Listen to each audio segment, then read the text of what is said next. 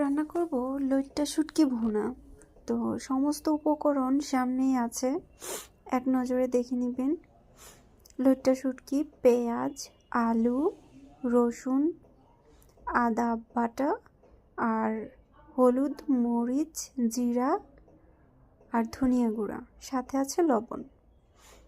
কড়াইতে তেল নিয়েছি, দিয়ে দিব পেঁয়াজ কুচি। পেঁয়াজ কুচিগুলো ভাজা ভাজা করে নিব। রসুনও দিয়ে দিয়েছি, একটু ঝাল চাইলে কাঁচামরিচ দিতে পারেন। এগুলো একটু ভাজা ভাজা হয়ে এলে দিয়ে দিবেন আদা রসুন বাটা। আদা রসুন বাটাটা দেওয়ার পরে যখন গন্ধটা চলে যাবে, তখন আমি সাথে সাথেই দিয়ে দিলাম লইট্টা শুটকিগুলো, যেগুলো আমি সুন্দর করে ধুয়ে রেখেছিলাম গরম পানি দিয়ে।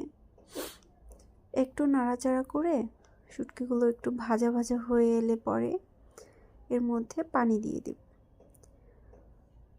পানি দিয়ে একটু নাড়াচাড়া দিয়ে কষিয়ে নেব।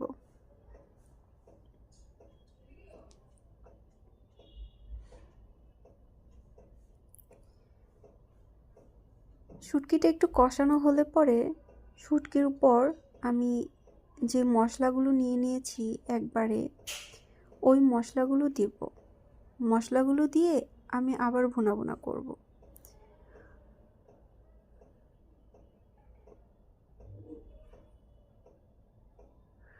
আমার রান্নার স্টাইলটা একটু ভিন্ন, সবসময় একইভাবে রান্না করতে হবে এমন কোনো ব্যাপার নেই।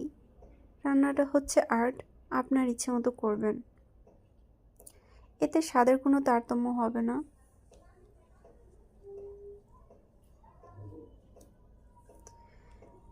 এখানে দেখতে পাচ্ছেন তেলটা উপরে উঠে এসেছে, তাতে বুঝলাম যে মশলাটা কষানো হয়ে গেছে।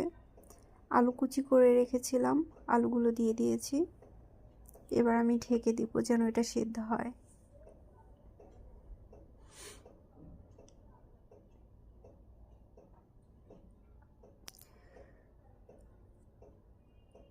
পানিটা একটু কমে এলে আমি একটু নাড়াচাড়া করে এর উপর আবার পানি দিয়ে দিব, যেন আলুটা সিদ্ধ হয়ে যায় সুন্দর করে।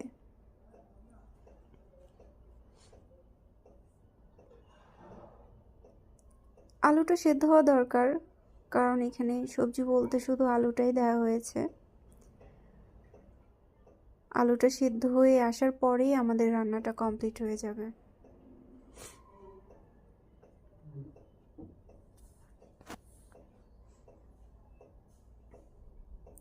দেখুন ঝোলটা শুকিয়ে এলে আমি আলুটা একটু চেক করে নেব সিদ্ধ হয়েছে কি না।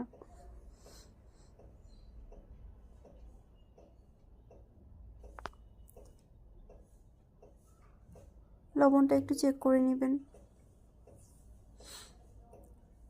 রান্নাটা প্রায় কমপ্লিট। আমি আরেকটু ঢেকে দিব যেন আরেকটু সুন্দর মতো পানিটা শুকিয়ে সুন্দর একটা ফ্লেভার বের হয়।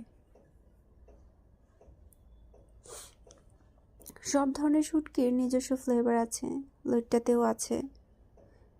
পানিটা যখন শুকিয়ে আসবে, তেলটা উপরে চলে আসবে, বুঝে নেব যে রান্নাটা হয়ে গেছে। আমি হালকা একটু ঝোল রেখেছি, নামিয়ে নিলাম। আমার কাছে তো বেশ চমৎকার লেগেছে।